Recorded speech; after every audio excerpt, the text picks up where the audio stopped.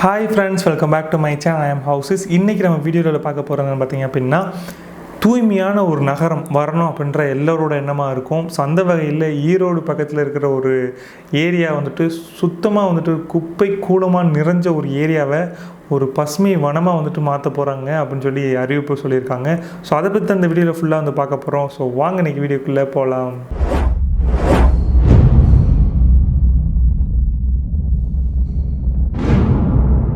ஈரோடு மாநகராட்சியில் குப்பை அப்படின்ற ஒரு இடம் எந்த இடம் சொல்லப்படுது அப்படின்னா, மேக்ஸிமம் அந்த ஏரியாவில் இருக்கிற 40 வருடமாக யூஸ் பண்ணப்பட்ட அந்த குப்பை ஒரு இடத்துல முக்கியமாக கொட்டி வச்சுருக்காங்க. அது ஒரு மலை மாதிரி குமிச்சு இருக்கப்படுது. ஸோ இது ஈரோடு மாநகராட்சியில் மட்டும்தான் இருக்கான்னு கேட்டிங்கன்னா இல்லவே இல்லைங்க. எல்லா மாவட்டங்களிலும் எல்லா மாநகராட்சியிலும் எல்லா ஊர்களிலும் இந்த குப்பையை நம்மளால் பார்க்க முடியும். ஸோ முக்கியமாக ஈரோடு மாநகராட்சியில் இதை சக்ஸஸ்ஃபுல்லாக பண்ணிகிட்ருக்காங்க. ஸோ இது நல்ல முறையில் வெற்றி அடைஞ்சிச்சு அப்படின்னா கண்டிப்பாக எல்லா மாநகராட்சிக்கும் இதை துரிதமாக பண்ணுவாங்கன்னு எதிர்பார்க்கப்படுது. ஸோ அப்படி என்ன தான் பண்ண போகிறாங்கன்னு பார்த்தீங்கன்னா, அந்த குப்பை மாதிரி கூடி இருக்கிற அந்த பிளேஸ் ஃபுல்லாக சுத்திகரிப்பு பண்ணி ஃபுல்லாக சுத்தம் பண்ணி அதை மறுசுழற்சி மூலயமா வேறு மாதிரி ரீசைக்ளிங் பண்ணி வேறு மாதிரி மாற்றிட்டு அந்த இடத்துல பசுமை வனமாக மாற்ற போகிறாங்க. அப்படியே ஆப்போசிட்டாக சேஞ்ச் பண்ண போகிறாங்க. ஸோ இதெல்லாம் இப்போ குப்பையில் அந்த இடத்துல இருக்கிறனால என்ன பிரச்சனைன்னு பார்த்தீங்க அப்படின்னா, அந்த இடத்துல குப்பை ஃபுல்லாக இருக்கிறனால பக்கத்தில் காவிரி ஆறு போயிட்டுருக்கு. ஸோ அது மாசுபடுது. அந்த ஏரியாவை சுற்றி இருக்கிற மக்கள் அவங்களோட சுவாசிக்க அந்த காற்று ரொம்ப மாசுபட்டு இருக்குது. ஸோ அந்த இடத்துல ரொம்ப துர்நாற்றம் வீசக்கூடிய ஒரு இடமா இருக்குது. ஸோ நமக்கு சுத்தமான காற்று இல்லை, நிறையா விஷயங்கள் அந்த இடத்துனால பாதிக்கப்படுது. ஸோ அதெல்லாம் என்ன பண்ணியிருக்காங்க அப்படின்னா, இது 40 வருஷமாக சேமிக்கப்பட்ட குப்பைனா இப்போ எப்படி இருக்குன்னு பாருங்கள்.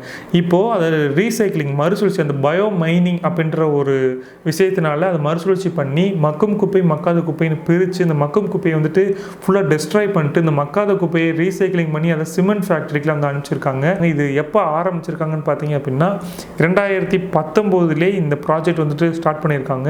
இப்போ பார்த்தீங்கன்னா 1000 டன் அளவிலான குப்பையை இப்போ ரீசைக்ளிங் பண்ணி சக்ஸஸ்ஃபுல்லாக பண்ணியிருக்காங்க. ஸோ இதுவே ஒரு பெரிய வெற்றின்னு தான் சொல்ல முடியும்.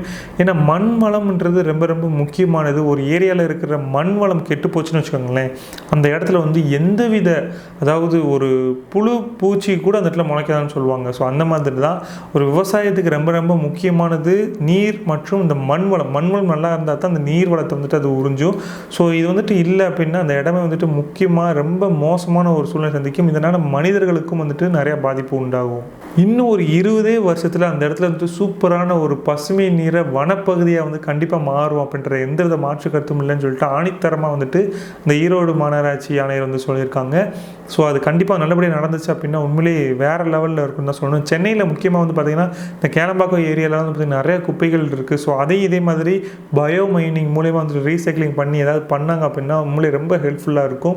ஏன்னா அந்த இடம்லாம் பார்த்தீங்கன்னா ரொம்ப மோசமான ஒரு சூழ்நிலை. அதுக்காக சென்னை மட்டும் இல்லை, சென்னையில் நிறைய இடங்கள் இந்த மாதிரி குப்பைகள் இருக்குது. ஸோ இதே மாதிரி மதுரை, கோயம்புத்தூர் சைடில் நிறைய குப்பைகள் சேகரிக்கப்பட்டு இருக்கிற இடம் நிறையா இருக்குது. அந்த இடத்துல இதே மாதிரி பயோமைனிங் பண்ணாங்க அப்படின்னா அந்த இடத்தையும் நல்லா சுத்தம் பண்ணக்கூடிய ஒரு வாய்ப்பு கிடைக்கும்னு நினைக்கிறேன். ஸோ இன்னும் ஒரு 10-15 வருஷத்து அந்த இடம் கண்டிப்பாக ஒரு பசுஞ்சோலையாக மாறும். ஸோ இதில் நம்மளோட பங்களிப்பு என்னவாக இருக்கணும்னு பார்த்தீங்க அப்படின்னா, குப்பையில் போடுறதுக்கு முன்னாடி அதில் மக்கும் குப்பை மக்காத குப்பை நம்ம பிரித்து தான் போடணும். முடிஞ்ச அளவுக்கு இந்த பிளாஸ்டிக் பையை தயவுசெய்து யூஸ் பண்ணுறதை தவிர்த்துக்கணும். ஏன்னா நம்ம அந்த ஒரு சில காலகட்டத்தில் மட்டும்தான் அந்த பிளாஸ்டிக் பை யூஸ் பண்ணக்கூடாது, அதை யூஸ் பண்ணக்கூடாது அப்படின்னு தடை போடுறாங்க. ஸோ கவர்மெண்ட் அந்த விஷயத்தை தடை போடும்போது மட்டும்தான் நம்ம அதை ஃபாலோ பண்ணுறோம். ஸோ அந்த நேரத்தில் ரீசைக்கிளபிள் பிளாஸ்டிக் வந்துச்சு, அப்புறம் பேப்பர் பேக்லாம் வந்துச்சு, அப்புறம் கட்டைப்பை வந்துச்சு, மஞ்சப்பை. நிறைய பேர் பார்த்தீங்கன்னா அந்த சூழ்நிலையில் மஞ்சப்பையெல்லாம் எடுத்துகிட்டு போகக்கூடிய காலகட்டம்லாம் பார்க்கப்பட்டோம். ஸோ இப்போ திரும்ப பார்த்தீங்கன்னா அந்த பிளாஸ்டிக் பை எதுவுமே எடுத்துகிட்டு போகாமல் டக்குன்னு ஏதாவது ஒரு பிளாஸ்டிக் பையில் போட்டு கொடுங்க அப்படின்னு சொல்கிறோம். ஃப்ரீயாக அவங்களும் போட்டு கொடுங்க, டக்குன்னு நம்ம எடுத்து குப்பையில் போகுது. அது மண் வளத்தை பாதிக்குது. அதை மிருகங்கள் கூட அதை உண்றதுக்கான பாசிபிலிட்டிஸ் மாடுகள் இந்த மாதிரிலாம் போய் சாப்பிட்டு அது அவங்களுக்கு தேவையான பிரச்சனைகள்லாம் உண்டாக்குது. ஸோ அந்த பிளாஸ்டிக் பை கண்டிப்பாக ரொம்ப ரொம்ப கேடு தரக்கூடிய விஷயம். இது மனிதர்கள் அப்போதைக்கு இப்போ இருக்கிற சூழ்நிலையில் நம்ம ஜாலியாக இருந்துக்கலாம். ஆனால் ஃப்யூச்சரில் கண்டிப்பாக இது நமக்கு நல்ல ஒரு பாதிப்பு கொடுக்கும் அப்படின்ற எந்த மாற்று கருத்து கிடையாது. முடிஞ்ச அளவுக்கு இந்த கேரி பேக்ஸ் யூஸ் பண்ணாமல் இருக்கிறது ரொம்ப ரொம்ப நல்லது.